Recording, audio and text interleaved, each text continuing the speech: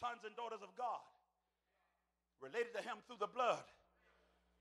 The blood that he shed at Calvary qualifies him as our kinsman redeemer.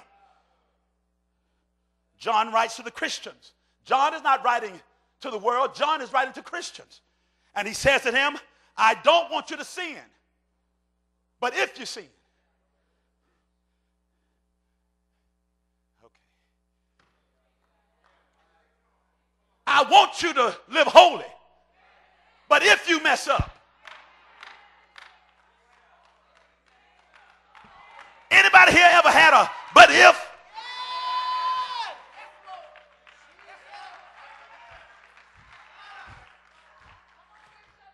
John is not encouraging sin, but he can't leave us out there messed up. The but if clause presents the grace of God. I write these things that she sin not. That's the law. But if, that's the grace. I write these things that she sin not. That's the Old Testament.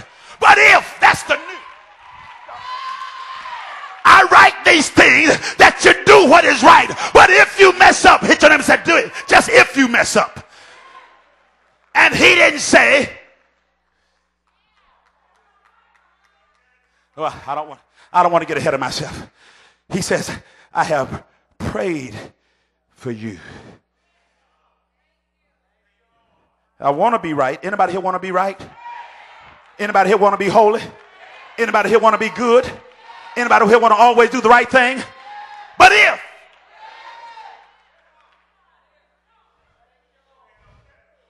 we have an advocate before the Father, Jesus Christ, our righteous.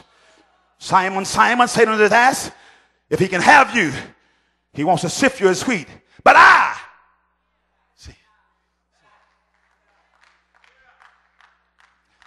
see, that but if clause is covered by the but I clause. John says, but if you sin. Jesus says, but I have prayed for you. See, the mess up in the John passage is fixed by the but I. He says, but I have prayed for you. Anybody here? I'm glad my mama prayed. I'm glad my daddy prayed. I'm glad my sister prayed. I'm glad my wife prayed. I'm glad my daughter prayed. I'm glad y'all prayed. But I'm more happy that Jesus prayed for me.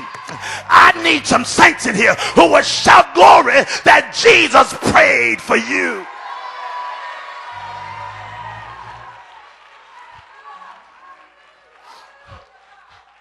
But you got to watch what he prayed.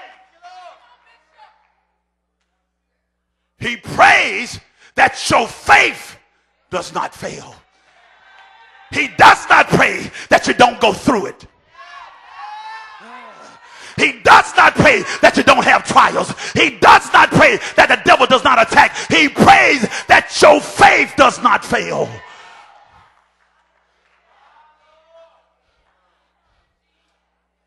Jesus does not tell Peter that he's told the devil no. I'm almost finished, I promise. It is clear that Jesus has allowed the devil access to Simon. I know that bothers some of y'all because you're Peterized. It's a faith-building exercise. When God allows the devil to mess with you, it's a faith-building exercise. So the address rendered, Simon, Simon, the adversary's request. Satan had desired to have you and to sift you as wheat. The advocate's response. But I have prayed for you. Lastly, let's look at the addressee's responsibility. The addressee, which is Simon. The responsibility is, when thou art converted, strengthen your brethren. What's your responsibility? When God lets the devil attack, and then your faith does not fail. What's your responsibility? Strengthen your brothers. The Amplified Bible says, when you yourself have turned again, strengthen your brethren. In other words, when you come back around, when you get through this, when you bounce back, he's going to hit you. But you got to bounce back. God, I feel like preaching today. He's going to knock you down. Somebody said, but I'm going to get back up. I ain't going to stay down for the count. I'm going to rise back up again. Jesus says, when you have been converted. He's not talking about when you get saved. Peter was already saved. He's saying when you come through this trial, and when you bounce back, somebody just stand up and just kind of bounce one. Just bounce back. Y'all done got too calm. Just stand up and bounce back. When you come through this,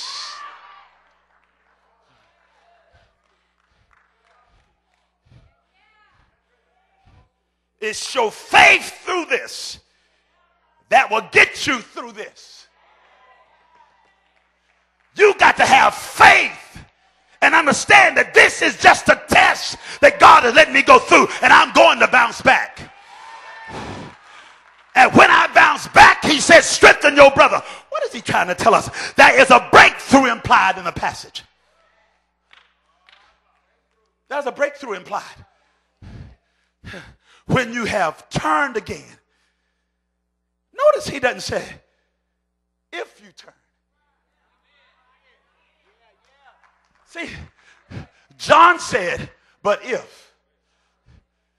Jesus says, when. It's not an if situation. It's not if I bounce back. It's when I bounce back. That means bouncing back is something that will happen. It's not if I come back. It's not if I make it. It's a fact that I'm going to make it. It's a matter of fact. It's a matter of when. When you get through this, your experience is for the aid and benefit of your brethren. My prayer to God is that to all that we have seen this past week, that this becomes such a strong testimony. See, I know some of y'all sitting there saying, how can God expect this kind of stuff to be a testimony? Let me help you out. Everything God sends you through, he sends you through it that you may come out with a testimony. There is a turning point, a turning about that has to take place. You got to turn your test into a testimony. Turn your trials into triumph. Turn your burdens into blessings. Turn your pressure into praise. Keep working on Simon until you get more like Peter and less like Simon. Because you are going to turn this thing around. Clap your hands and give God praise. I preached long enough. When thou art converted,